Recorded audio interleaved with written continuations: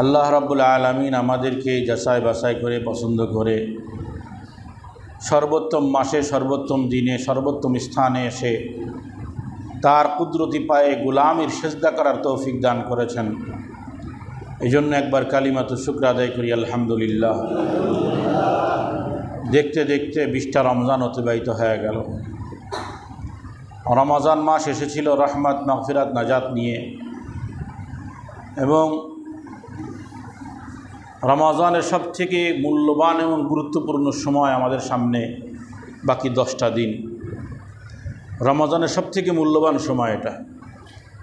রমজান পুরা মাসটাই অন্য 11 মাসের তুলনায় শ্রেষ্ঠ। আমি রমজানের শুরুতে এই সম্পর্কে আলোচনা করেছিলাম। এরপরে রমজানের প্রত্যেকটা মুহূর্তে এত বেশি মূল্যবান, বান্দা রমজানে যখনই হাত তোলে তখনই দোয়া কবুল হয়ে যায়। এর মধ্যে আবার বিশেষ 2টা সময় অতিরিক্ত দেওয়া হয়েছে। সাহারিতে যদি বান্দা 2 রাকাত নামাজ পড়ে হাত তোলে দোয়া কবুল হয়। ইফতারের আগে, ইফতারকে সামনে নিয়ে বান্দা যখন দোয়া করে তো দোয়া কবুল হয়।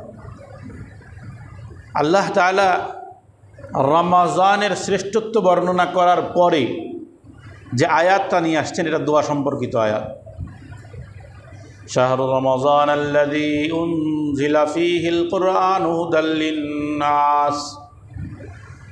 লিন্নাস ওয়া বায়িনাতিন মিনাল হুদা ওয়াল ফুরকান ফামান শাহিদা মিনকুমুশ শাহরা ফালিয়াসুম ومن كان مريضا أو على سفر فعدة من أيام أخر يريد الله بكم اليسر ولا يريد بكم العسر ولتكملوا العدة ولتكبروا الله على ما هداكم ولعلكم تشكرون।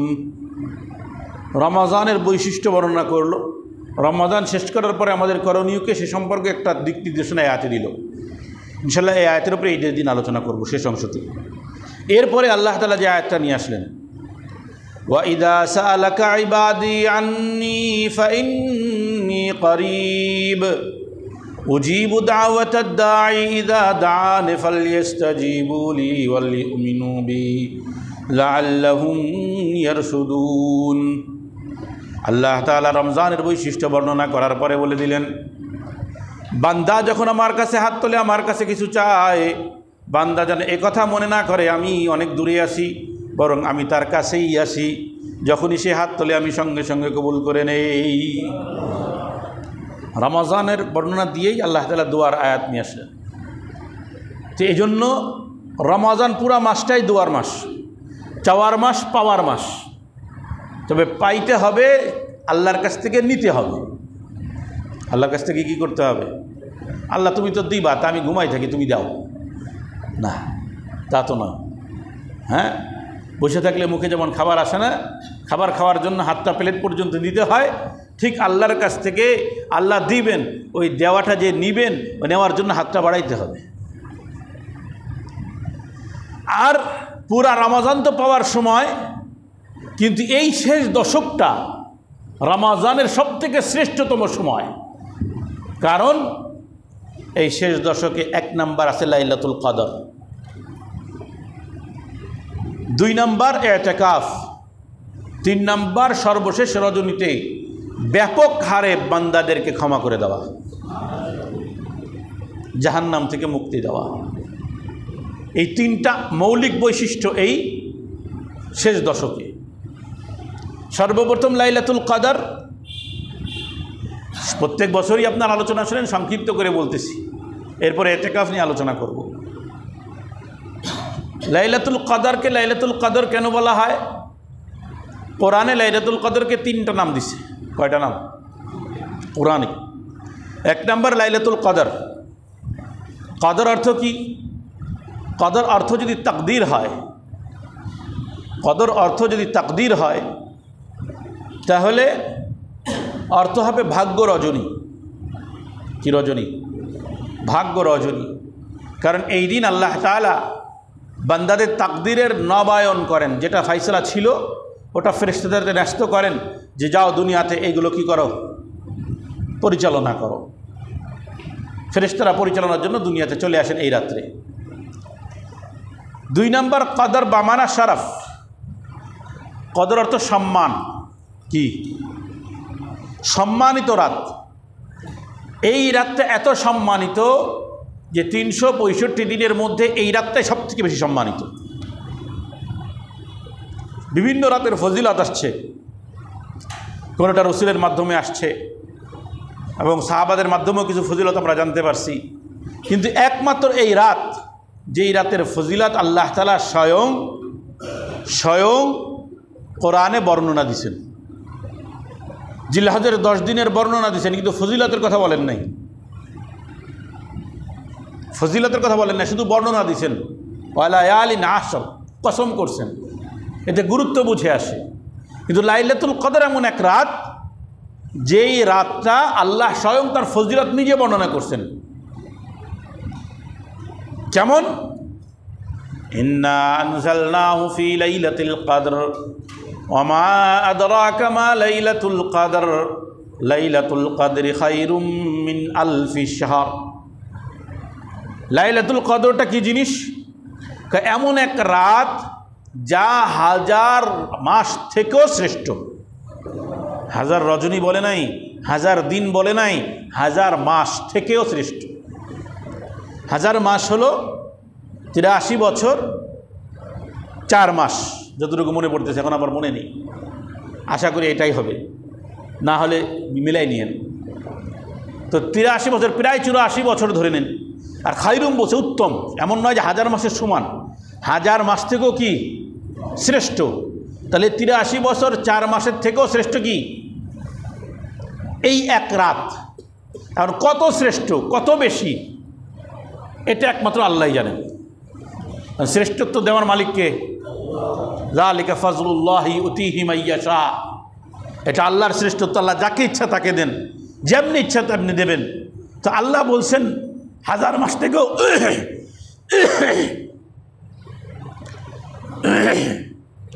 1000 মাস থেকে উত্তম। এখন কত উত্তম?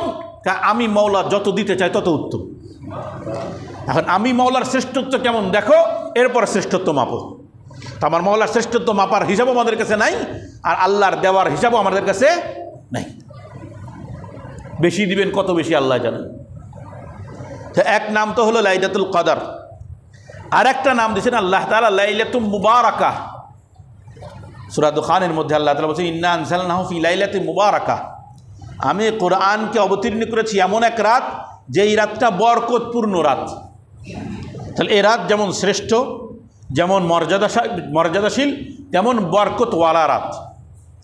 এই সূরারই 3 নম্বর, 4 নম্বর, 5 নম্বর আয়াতে যায় আল্লাহ তাআলা আবার বর্ণনা দিচ্ছেন এই রাতের রাহমাতাম মিন রব্বিক, এই রাতটা আপনার রবের পক্ষ থেকে রহমতের রাত। তাহলে কয়টা নাম পাইলাম? লাইলাতুল কদর, লাইলাতুল মুবারাকা, লাইলাতুর রহমা, লাইলাতুর রহমা। 3টা স্বয়ং আল্লাহ বলতেছেন। স্বয়ং আল্লাহ কি বলতেছেন? যে 3টা তো আমি বলে দিলাম, এরপরে আমার হাবিবের কাছ থেকে শুনো এই রাত্রে আরও কি কি আছে, এই রাত্রে আরও কি কি আছে। লাইলাতুল কদর এটা এই উম্মতের একক বৈশিষ্ট্য, কোনো উম্মতকে দেওয়া হয়নি। সুবহানাল্লাহ বলেন। আমরা পাইছি, আমরা পাইছি, আমরা পাইছি, শুকরিয়া আদায় করেন, আমরা পাইছি। হ্যাঁ, সাহাবা একরাম গল্প শুনে, বনি ইসরায়েলের অমুক মুজাহিদ ছিল, হ্যাঁ 1000 মাস ধরে যুদ্ধ করছে, এই করছে সেই করছে, অমুকে এইরকম রোজা রাখছেন, অমুক নবী এইরকম ইবাদত করছেন। সাহাবা একরামে তার আমাদের মতন অলস ছিল না, ফাঁকিবাজও ছিল না, না তারা শুনে আফসোস করতে যায়, হায় মাত্র 60, 70, 80 বছরের জিন্দেগি এমনি আমাদের কেমনে হবে, তারা এত ইবাদত করছে, আমরা তো ইবাদত করতে পারলাম না। হ্যাঁ, আমরা তো কি করতে পারলাম না, এত ইবাদত করতে পারলাম না। আল্লাহ তাআলা আয়াত নাজিল করে দিলেন, হাবিব শোনায় দেন আপনার উম্মতকে যে হায়াত তো কম দিছি, কিন্তু হায়াতের মধ্যে এমন এমন কিছু জায়গা দিছি, এমন এমন কিছু সময় দিছি, এমন এমন কিছু রাত দিছি, এমন এমন কিছু দিন দিছি, ওই দিনগুলো যদি ঠিক মতন আদায় করতে পারো, ওই রাতগুলো যদি ঠিক মতন আদায় করতে পারো, তো বনি ইসরাইল, আদম থেকে নিয়ে বনি ইসরাইল পর্যন্ত যত উম্মত আসছে, এই উম্মত থেকেও শ্রেষ্ঠ তোমরা হবা। খায়রুম মিন আলফি শাহর, খায়রুম মিন আলফি শাহর। এটা উম্মতে মুহাম্মাদিকেই দেওয়া হয়েছে, আর কাউকে দেওয়া হয় নাই। তো এটা আমার আপনার বৈশিষ্ট্য। আল্লাহর রহমান রাহিম আমাদেরকে দিছে, বান্দা বারবার আমার থেকে মুখ ফিরাই নিবি, পলাবি, নাফরমানি করে বসবি, আর আমি মুখ সরাই নেব, কিন্তু একটা মাস দিছি, একটা দিন দিছি, একটা রাত দিছি, এইগুলো তোরা নিয়ে আবার আমার রহমতের কোলে ফিরিয়ে আয়, আমার রহমতের কোলে ফিরিয়ে আয়। আমি মওলা, এমন এক মওলা, তোর বাপ মার হৃদয় যে ভালোবাসা, সেই ভালোবাসা তো আমি রহমানুর রহিমের সৃষ্টি করা, তো আমার ভিতরে রহমান ভালোবাসা কেমন এবার বুঝে দেখ। বাপ মার কাছে অপরাধ করার পরেও বাপ মার পা জড়ায় ধরে কান্নাকাটি করলে বাপ মা মাফ করে দিয়ে দেয়। আর আমি মওলা, আরে আমার কুদরতি পা ধরা লাগে না, শুধু একবার আল্লাহ বলে ডাক দে, সঙ্গে সঙ্গে আমি রহমতের বুকে জড়ায় নেব। একবার আমাকে ডাকে, ওয়াইদা সাআলাকা ইবাদি আন্নী ফাইন্নী করিব। যতই অপরাধ করিস না কেন বান্দা, যতই অন্যায় করিস না কেন, ঈমান নিয়ে একটু আমাকে ডাক দে। মনে করিস না আমি দূরের কোনো আল্লাহ, দূরে, তোর থেকে অনেক দূরে। ফাইন্নী করিব, আমি তোর কাছেই আসি, ডাকতে দেরি আমি মওলা, শুনতে দেরি হয় না। ওয়াকাল রাব্বুকুম উদউনি আস্তাজিব লাকুম, তোমাদের রব তো বলতেছে আমাকে ডাকো, তোমার ডাকতে দেরি, আমি মওলার ডাকের জবাব দিতে দেরি হয় না। হ্যাঁ, আল্লাহ তাআলা কি বলেন হাদিসে কুদসির মধ্যে, বান্দা যখন আমার দিকে 1 বিঘা আগায়, আমি 1 হাত আগায় যাই, আরও বেশি আগায় যায়। বান্দা যখন আমার দিকে হাঁটা শুরু করে, আমি বান্দার দিকে দৌড়ায় যাই। মুহতারাম, রহমানুর রাহিম আল্লাহ তো বলতেছে, বান্দা লা তাকনাতু মির রাহমাতিল্লাহ, আমার রহমত থেকে নিরাশ হয়েও না। আল্লাহর রহমত থেকে নিরাশ হয়ে যাওয়া কুফরির আলামত। বালা মুসিবত এটা দুনিয়ার অংশ, আল্লাহর পরীক্ষার অংশ। এখন বালা মুসিবত যখন আসে আমরা পেরেশান হয়ে যায়, আয় হায় কি হইল আমার, কেমনে চলবো, কেমনে হইল, আমি কী করে চলি, এই পেরেশান হয়ে যায় না। সন্তান নিয়ে সমস্যা, ব্যবসা নিয়ে সমস্যা, অর্থনৈতিক সমস্যা, পরিবার নিয়ে সমস্যা, নিরাশ হয়ে যায়। আল্লাহর কাছে কয়েকবার হাত তুলছেন, আল্লাহ সন্তান পথহারা হচ্ছে, স্ত্রী কথা শোনে না, সন্তান আদি কথা শোনে না, অর্থনৈতিক সংকট, আবার ব্যবসা বাণিজ্যের সমস্যা। আল্লাহর কাছে কয়েকবার হাত তুলছেন, দৌড়াইতেছেন, এর কাছে ঋণ করতেছেন, ওর কাছে যাইতেছেন, মেম্বার চেয়ারম্যান সবার কাছে দৌড়াইতেছেন সমাধানের জন্য। যে সমাধানটা করবে তার কাছে কয়েকবার হাত তুলছি, ভুলেই গেছি যে উনি একজন আছেন, হাত পাতলেই তো দিয়ে দেন। এই শেষ দশকের ভিতরে সর্বপ্রথম যে কাজটা আসবে সেটা হলো শবে কদর তালাশ করা। শবে কদর যেন মিস না হয়, এর থেকে বড় পোড়া কপাল। রসুল তো রমজান নিয়ে বদদোয়া দিছেন, রমজান পাইলো আর মাফ হইল না, এর থেকে বড় পোড়া কপাল হইতে পারে না। আর শবে কদর রমজান পাইলো আর শবে কদরে নাক টেনে ঘুমাইলো, এর থেকে বড় পোড়া কপাল আর হইতে পারে। শবে কদর কবে? 27 যায় তো নাকি? 27 যায়, অনেকে কিন্তু কইতেছে 27 যায়। 21 থেকে নিয়ে 29 বেজোড় রাতগুলো, হ্যাঁ, শেষ দশকের বেজোড় রাত আজকে শুরু হবে। 21-এর রাত আজকে কি হবে? 21-এর রাত আজকে শুরু হবে। এই যে আজকের রাত, পরের একদিন, এক রাত পার হয়ে আবার 23-এর রাত, 24 পার করে 25-এর রাত, একটা রাতও যেন আমার আপনার মিস না হয়ে যায়।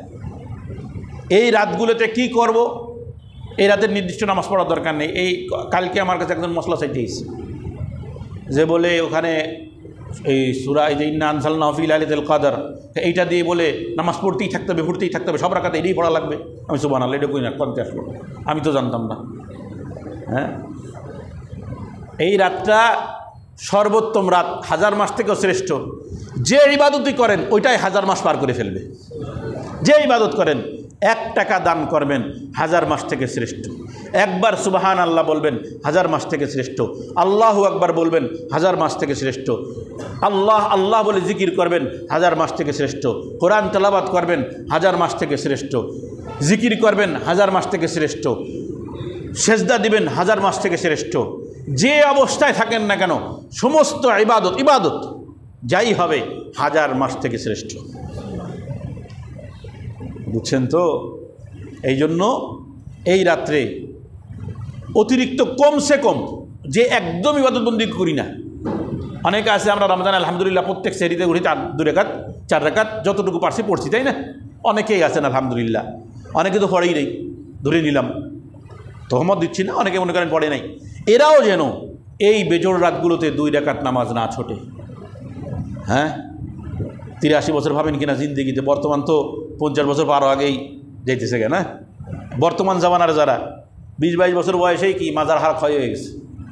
হ্যাঁ, আমাকে দাদিনে নিরা দেখেন না, পুরো মজবুত হাঁটে চলাফেরা করে, ক্ষয় কি জানেই না, এটা একটা অবস্থা। তাদের মাজায় ব্যথা, কী কাজ করতে করতে ব্যথা হয়েছে, এমনি কিছু হয় না। আর আমাদের অবস্থা হয়ে গেছে যে এখনই চেয়ারে বসা লাগে, মাজা ব্যথা হয়ে যায়, মাজা সোজা করে রাখা লাগে। তাহলে 83 বছরের স্বপ্ন, এখন 83 বছর জিন্দিগি পাওয়াটা অনেকটা স্বপ্নের মতন না। বর্তমান যে অবস্থা আমাদের শারীরিক, আর সেখানে আল্লাহ তাআলা 83 বছর 4 মাসের থেকেও শ্রেষ্ঠ একটা সময় দিতেছি, আর আমি নাকটা নিয়ে ঘুমাইতেছি, ক্লান্ত হয়ে গেছি সারাদিন অফিস করে। এই আকিদাটা ছেড়ে দেন যে 27 রোজায় কি 27 রোজা লাইলাতুল কদর, এই আকিদাটা ছেড়ে দেন। 27 রোজাও একটা, কারণ আপনি 27 রোজা নিয়ে বসে আছেন, ওদিকে দেখা যায় 21 বা 23 পার হয়ে গেল, আছে না, হতে পারে না। আপনি প্রত্যেক বছর ঘুমাইতেছেন, 27 রাত্রে জাগবেন, আর জায়গা ইমাম সাহেবরা খতম দেওয়ার পরে একটা করে ফু নিয়ে যাবেন। হ্যাঁ, ভালো, ফু নেওয়ার কথা আমি বলছি না, ফু নেওয়া যাবে না, নেবেন, সমস্যা নেই, বরকত। হাফেজ সাহেবরা একটা কোরআন খতম দিছে, তাদের মুখ দিয়ে একটু ফু নেবেন, খুব ভালো কথা। কিন্তু তাই বলে ফুর উপরে নির্ভরশীলে বসে থাকলে হবে নাকি, নিজেও কিছু করা লাগবে। হ্যাঁ, এই জন্য এই রাত্রে কমসে কম অতিরিক্ত 2 রাকাত, যে অতিরিক্ত নফল পড়েছে অতিরিক্ত নফলের পরে অতিরিক্ত 2 রাকাত আরও পড়বেন, যাতে খায়রুম মিন আলফি শাহর, 1000 মাস থেকে শ্রেষ্ঠ সময়ের আমি অতিরিক্ত 2 রাকাত নামাজ পেয়ে গেলাম। হ্যাঁ, 2 নাম্বার, কিছু হলেও এই রাত্রে সদকা করে দেবেন, একদিনও যেন মিস না হয়। 10 রাত্রেই করবেন, যে আজকেই এখন মনে করেন আপনি ঠিক করে ফেলবেন, এই যে আমার 100 টাকা অথবা এই যে আমার 1000 টাকা, আমি 100 টাকা করে প্রত্যেক দিন রাত্রে দেবো। তাহলে এই প্রত্যেক দিন রাত্রে যদি আপনি 100 টাকা করে দেন, একসাথে দিয়ে দিবেন না, প্রত্যেক দিন রাত্রে এমনভাবে রাখেন যাতে এটা যেন কেউ ধরতে না পারে, কেউ খরচ করতে না পারে। আমি কৌশল শিখাই দিতেছি, যেটা আমি করি, এই জন্যই বলতেছি আর কি, আপনাদেরকে শিখাইতেছি। যে এই যে টাকাটা ভাঙটি করে রাখলাম, 21 রাত, 22, 23, 24, 25, 26, 27, 28, 29, 30, তা 10 দিন কেন বললাম? তো ওই বেজোড় হলেই মাঝখানে আবার ছুটে যাইতে পারে, আছে না এরকম, যে 21 রাত দিলাম, 22 রাত বা 23 রাত দিলাম, দেখা যাবে যে 24 রাত দিলাম না, 25 রাত ভুলে গেলাম, হতে পারে না। কিন্তু প্রত্যেক দিন যদি দিই মনে থাকবে, তো এর মধ্যে সবে কদর তো নিশ্চিত, আছে না। 10 রাতের বেজোড় রাত যে সবে বরাত যে কোনো একটা, এটা তো নিশ্চিত, এতে কোনো সন্দেহ নাই, রাসূল যেহেতু বলে গেছেন। সুতরাং আমরা যদি প্রত্যেক দিন রাত্রে কিছু কিছু করে সদকা করি, এই 10 দিন আজকের থেকেই, সেটা জরুরি না শেষ রাত্রি করতে হবে, ইশার পরে করতে হবে। অনেকে মনে করে ইবাদতের সময় ইশার পরে না, লাইলাতুল কদর বলেন, লাইলাতুল সবে বরাত বলেন, যেটা সবই মাগরিবের পর থেকে শুরু। এই জন্য ইফতার করেই কিছু দান করে দেন, কারণ ইশার পরে মনে নাও থাকতে পারে, ইবাদত বন্দেগীতে মগ্ন হয়ে যেতে পারেন। হ্যাঁ, এই জন্য ইবাদত বন্দেগী শুরু হয়ে যাবে কখন থেকে? বাদ মাগরিব থেকেই, ইশার পর থেকে না। কিন্তু এরপরে কিছু কোরআন তেলাওয়াত প্রত্যেক দিন রাত্রে, অল্প হলেও, যে একদম পড়তে পারি না, কষ্ট হয়, আর মোটে পারি না, ওই যে আমি বলছি কষ্ট হলেও 2 সওয়াব। হাফেজ সাহেবদের সওয়াব কয়টা? একটা। বলছিলাম নাকি একদিন, হাফেজ সাহেবরা কয়টা সওয়াব পাবে? কোরআন তেলাওয়াত করবে, একটা সওয়াব পাবে। আর আপনি কোরআন তেলাওয়াত করতে পারেন কিন্তু কষ্ট হয়, মুখে বাইদে যায়, তাহলে আপনার সওয়াব কয়টা? 2টা। 1 কোরআন তেলাওয়াতের সওয়াব, 2 নাম্বার কষ্ট হওয়ার সওয়াব। সুবহানাল্লাহ কয় না? তাহলে তো আমি হাফেজ সাহেব তো শ্রেষ্ঠ হয়ে গেলাম না। সওয়াব আপনি বেশি পাইলেন, কিন্তু শ্রেষ্ঠত্ব কার বেশি? কোরআনের হাফেজের বেশি, কারণ তার মর্যাদা কত? কোরআনের অক্ষর যত। সুবহানাল্লাহ কয় না? যত তেলাওয়াত করবে, ওঠো, উঠতে কোরআন তেলাওয়াত যেখানে শেষ, কুলজবির না শেষ করবে, ওইখানে যে তার বিল্ডিং শেষ হবে। সুবহানাল্লাহ কয় না?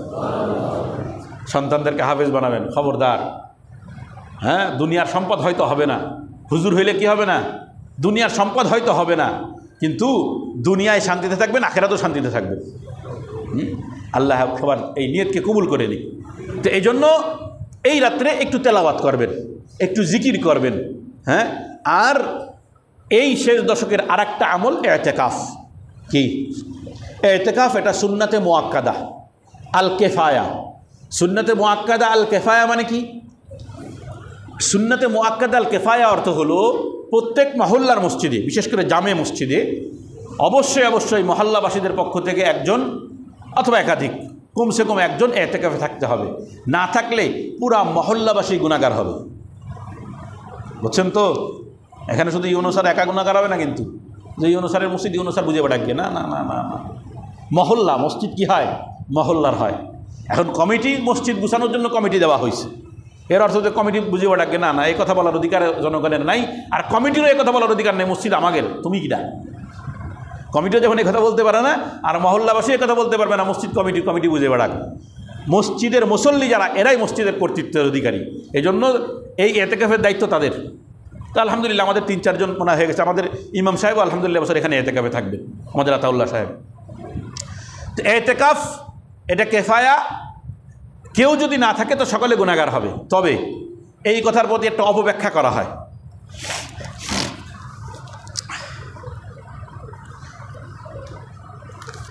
তো এই ব্যাপারে একটা অপব্যাখ্যা করা হয় কি জানেন, যে আমরা যদি এখন কেউ না থাকি তাহলে তো সকলে মিলে গুনাহগার হবে, তো সবাই মিলে একজনে ঠিক করে তোমার এই 5,000 টাকা দিবানি, তুমি এতেকাফ করো। নাউজুবিল্লাহ কর না, জায়েজ নেই, খবরদার জায়েজ নেই। বিশেষ করে গ্রাম অঞ্চলে এটা হয়ে থাকে, কারোর সময় নাই, এখন সবাই মিলে একজনে ধরে খুঁড়া, কোনো মতে নড়তে পারে না, সরা একদম পায়খানা পেশাব মাঝে মধ্যে হয়ে যায়, বুঝেন নাই, বাথরুম পর্যন্ত যেতে পারে না, ওইটা ধরে কয় তোমরা সবাই তুমি একটু বসো, 5,000 টাকা দিব না, সবাই মিলে। এবার তার জন্য টাকা তোলে। এটা নফল ইবাদত, নফল ইবাদতের জন্য, সুন্নাত ইবাদতের জন্য এরকম বিনিময় নিয়ে বসা তার জন্য জায়েজ নেই, আপনাদেরও দেওয়া জায়েজ নেই। কথাটা বুঝছেন নি? এই জন্য কেউ যদি না থাকে তো আপনি বলবেন না আমি থাকি, কেন গুনাহ তো আমি একজন, ভাগিদার কে হবে? আমি একজন হব না, আপনি একজন হবেন, সবাই হবে। তার মধ্যে একজন দাঁড়ায় যেতে হবে না, আমরা হব। কারণ আরে ভাই, আপনি আপনার এহসান করতেছে, যে থাকতেছে সে আমাদের সবার পক্ষ থেকে আমাদের উপরে এহসান করতেছে, যে সবাই গুনাহগার হতাম, সেখানে ওই এক আল্লাহর বান্দা কী করে দিয়েছে, আমাদেরকে গুনাহ থেকে মুক্ত করে দিচ্ছে। এই জন্য উচিত তার খেদমত করা, বিনিময় দেওয়া না। কি করা? হ্যাঁ, এখানে আমি একটা কৌশল শিখাই দিই আপনাদেরকে, যে বিনিময় করা যাবে না, চুক্তিও দেওয়া যাবে না, চুক্তিও করা যাবে না। হ্যাঁ, বাকি তাকে এতেকাফে যদি বসান, তার খেদমত আপনারা সবাই মিলে করবেন। কেমন? যে আমরা এই কয়দিন তোমার খানাদানের ব্যবস্থা আমরা করব, আছে না এরকম? আপনারা যেমন হাফেজ সাহেবদের জন্য করেন, ইমাম সাহেবদের জন্য করেন, মৌলবীদের জন্য করেন, করবেন যে ভাই এই 10 দিনের আপনার খানার জিম্মাদারি আমরা নিয়ে নিলাম। কিন্তু এই কথা বলা যাবে না পরিবারের দায়িত্ব আমরা নিলাম, তবে নিজের থেকে নিতে হবে। কেউ আল্লাহর রাস্তায় কাজ করতেছে, তো আল্লাহর রাস্তায় যখন আল্লাহর রাস্তায় আছে না, তো আল্লাহর রাস্তায় যখন ইবাদত বন্দেগীতে ব্যস্ত, তার পরিবারের খোঁজখবর নেওয়া এটা আমাদের বাকি সবার দায়িত্ব। এটা হলো নিজেদের থেকে।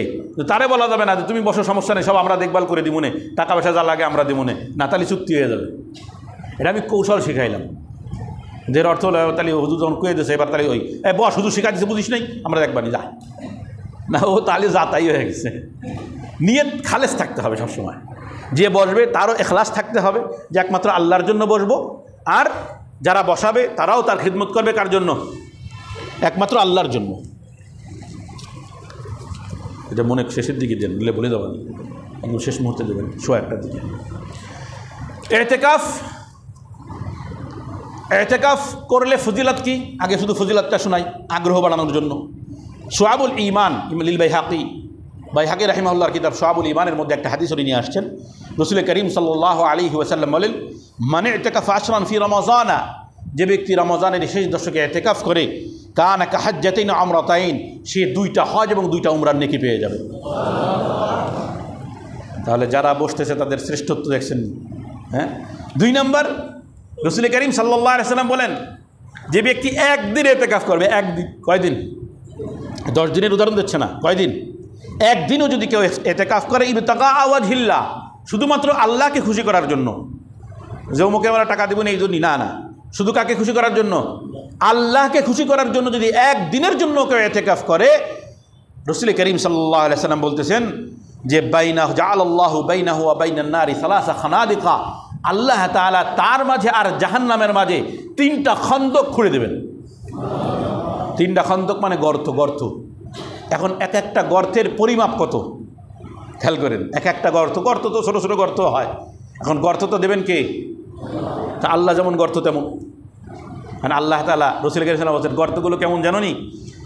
আবআদা মা বাইনাল খাফিকাইন, এক একটা গর্তের 2 পাশ হবে হলো আসমান এবং জমিনের যত পার্থক্য।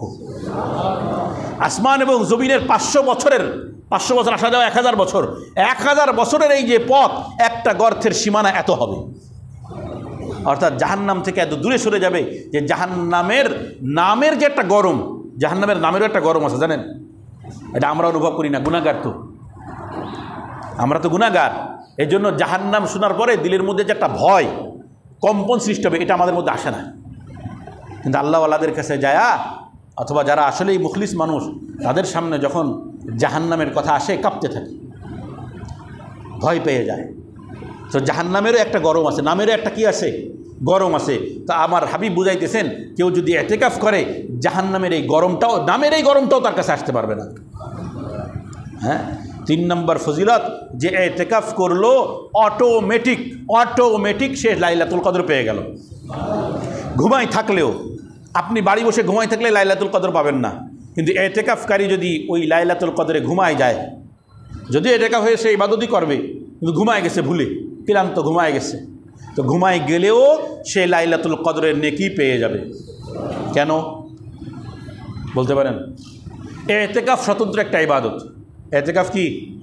স্বতন্ত্র একটা ইবাদত। আমি আরেকটা কৌশল আপনাদেরকে শিখাই দিই। যারা এতেকাফে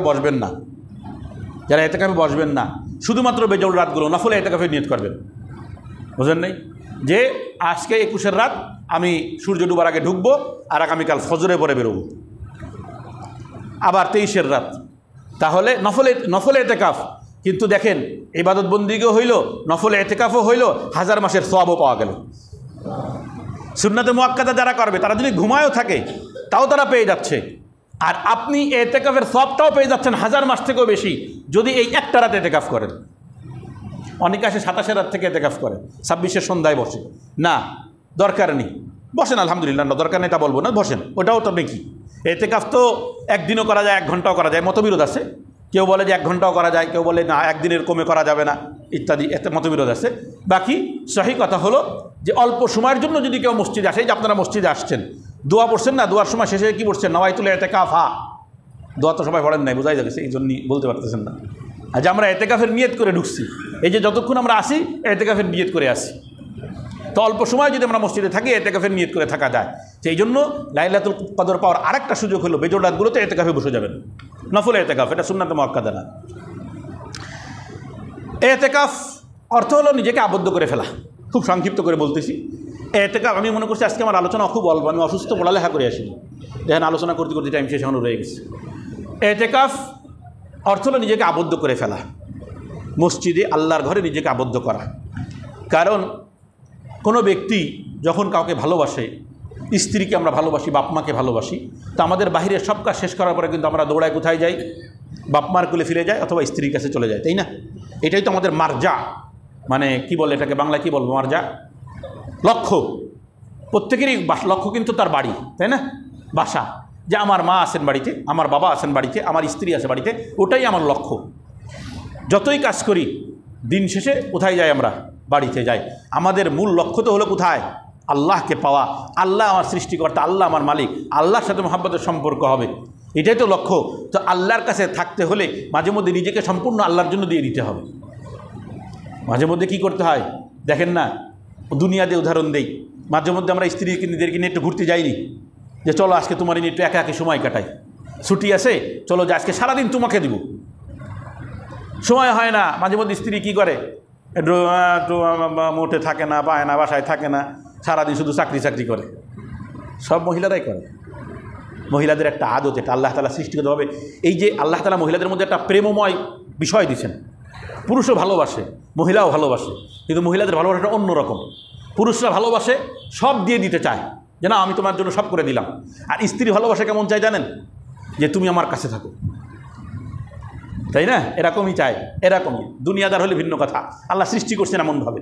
তো সারাদিন কাজ করবেন, তার জন্যই খাটতেছেন, তারপরে শেষে বলবে একটু বাসায় থাকে না, সময় দেয় না। দেখবেন আমি কি দৌড়িতেছি কার জন্য? অনেক সব পুরুষ মানুষ রাগ করে, হ্যাঁ এত দৌড়িতেছি কার জন্য? তোমাদের জন্যই তো দৌড়িতেছি, সারাদিন বাইরে বাইরে গরমে গরমে ছুটতেছি। কিন্তু আসলে আমরা যদি বুঝতাম যে আসলে সে কী চায়, কারণ এটাই, যতই কষ্ট করেন তারপরে সে মনে হচ্ছে আমার সাথে একটু সময় দিই। তো আমরা যেমন আমাদের পরিবারকে সময় দিই আলাদা, যে নাও আজকে আমার বন্ধু, আজকে সারাদিন বাসায় থাকবো, আজকে সারাদিন তোমার সাথে ঘুরবো, তো আল্লাহও কিছু সময় দিয়েছেন, যাও এই সময়গুলো আমার জন্য দাও। তো ইতিকাফ কেন করব? আল্লাহ সারা বছর দৌড়াইছি দুনিয়ার পিছনে, তুমি 5 ওয়াক্ত হাজিরা দিতে বলছিলাম, তোমার ঘরে বারবার আসছে, ছুটে ছুটে আসছি, হাজিরা দিছি, কিন্তু শুধু তোমার জন্য নিজেকে আবদ্ধ কখনো করা হয় নাই। তো 10টা দিন দিছো, এই 10টা দিন তোমার জন্য নিজেকে বিলীন করে দিলাম। এই হলো ইতিকাফের মাকসাদ। খালেস নিয়তে একমাত্র আল্লাহর জন্য নিজেকে আবদ্ধ করে ফেলা। লাইলাতুল কদরের বলছি যে ইতিকাফের একটা গুরুত্বপূর্ণ ব্যাপার লাইলাতুল কদর পেয়ে যাওয়া। আর একটা ইতিকাফের কারণ হলো নিজেকে সম্পূর্ণরূপে নফসকে দমন করে দেওয়া। শয়তান তো আটকানো না, তো আরেকটা জিনিস রয়ে গেছে আমার ভিতরে নফস। এই যে আমরা আল্লাহ মাফ করুক রোজার মাসে অনেক অপরাধ করে ফেলতেছি, শয়তান তো আটকানো, তো করতেছি কেমনে? নিজের ভিতর থেকে আসা গুনাহের যে প্রবঞ্চনা, নিজের ভিতর থেকে একটা ধোঁকা আসে, এই ধোঁকা তো নিজেকে আবদ্ধ করে নিজের নফসকে মেরে ফেলা। বান্দা যখন নিজেকে আটকে ফেলে আল্লাহর জন্য, দেখবেন অনেক সময় পীর সাহেবদের কাছে গেলে পীর সাহেবরা 40 দিনে ইতিকাফ দেয়, 40 দিন, যে তুমি 40 দিন এই মসজিদে বসে থাকবা নলওয়ালা। এর উদ্দেশ্য হলো নফসকে মেরে ফেলা, দিলকে জিন্দা করা। এগুলো যারা ওই লাইনে আসেন বুঝবেন, আর যারা নাই অনেকে বুঝে উঠতে পারে না যে আটকে থাকবো কেন। হ্যাঁ, এর উদ্দেশ্য হলো দুনিয়া থেকে নিজেকে আলাদা করে ফেলা, সম্পূর্ণ আল্লাহর জন্য নিজেকে সঁপে দেওয়া, দুনিয়া বিমুখতা তৈরি করা ইতিকাফের একটা মাকসাদ। আর একটা হলো সম্পূর্ণ নিজেকে সবর, এটা একটা বড় ইবাদত, ধৈর্য ধারণ করা অনেক বড় একটা ইবাদত। 10 দিন নিজেকে আবদ্ধ করে আল্লাহর জন্য সময় দেওয়া, এটা ধৈর্যের একটা পরিচয়। এই জন্য ইতিকাফগুলো করতে হবে। ইতিকাফে আমরা কি করব? যারা ইতিকাফ করবেন, যারা নফল করবেন, ফরজ করবেন, প্রত্যেকেরই জন্য যে ইতিকাফে সর্বদাই জিকির করতে হবে। সব সময় জিকির, কিছু সময় তেলাওয়াতও জিকিরের অন্তর্ভুক্ত। এবং ইস্তেগফার খুব বেশি বেশি করতে হবে, ইস্তেগফার। এবং দুরুদ ও নফল নামাজ, দুরুদ শরীফ পড়ার দ্বারা বরকত আসে, রহমত আসে আল্লাহর পক্ষ থেকে। এবং নফল নামাজ পড়া, যারা মসজিদে আটকায় ফেলছে নিজেকে, চেষ্টা করবেন ইশরাকের রক্তে ইশরাক পড়ে সালাতুত তাসবিহ পড়ার। সালাতুত তাসবিহ এটা যেহেতু দেখবেন আমরা যতই সময় বের করার চেষ্টা করি, জীবনে একবার বের হয় কিনা সন্দেহ আছে। আর ইতিকাফ করার কারণে নিজেকে যেহেতু আটকায় ফেলা যায়, এই জন্য এই 10 দিনই সালাতুত তাসবিহ পড়ার চেষ্টা করবেন। আমাদের এই শেষ দশকের মধ্যে যে আমলগুলো সব থেকে বেশি করবো বলছিলাম, তার মধ্যে দান সাদকা, ইস্তেগফার খুব বেশি বেশি করা। একটা কথা বলে আমি আমার মূল কথাটা শেষ করে দিই, খুব বেশি আর কথা বলবো, আমার কষ্ট হচ্ছে। শেষ দশকের কথা একটা বলা দরকার। সাদকা, হাদিয়া, মেহমানদারি, এই 3টা আমল কিন্তু সমান আমল। আমরা শুধু দানটাকে অনেক বড় করে দেখি, তাই না? যে মনে করি দান করতে হবে। হাদিয়াও কিন্তু এক প্রকারের দান। নফল সাদকা, হাদিয়া এবং মেহমানদারি একই রকম সওয়াব। জানেন এটা? না জানলে জানি রাখেন আজকে। হাদিয়া দেওয়া, মনে করেন আপনারা অনেক সময় আসেন যে এক ভাই আমার প্রতিবেশী, তো তার জন্য আমি কিছু মেহমানদারি পাঠালাম অথবা তাকে দাওয়াত দিলাম, এটাও এক প্রকারের সাদকা। আমার পরিচিত বন্ধুবান্ধব কিছু হাদিয়া দেওয়া, সর্বোত্তম হাদিয়া মিসওয়াক এবং আতর। সর্বোত্তম হাদিয়া কি? হাদিসে আসছে সর্বোত্তম হাদিয়া কি?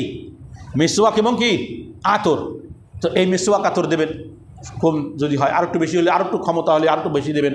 হাদিয়া দেওয়ার প্রচলন করবেন এই শেষ দশকে, সব বেশি। আর সাদকা করবেন। সর্বশেষ যে কথাটা বলে আমি শেষ করব সেটা হলো সাদকা এবং ওই কাগজটা দিয়েন ওহিদ ভাই, সাদকা এবং ইস্তেগফার, এই 2টা জিনিস এমন একটা পাওয়ারফুল জিনিস, যে 2টা জিনিস, আর যেই 2টা জিনিসের মাধ্যমে জাহান্নামের আগুন নিভে যায়। সুবহানাল্লাহ না?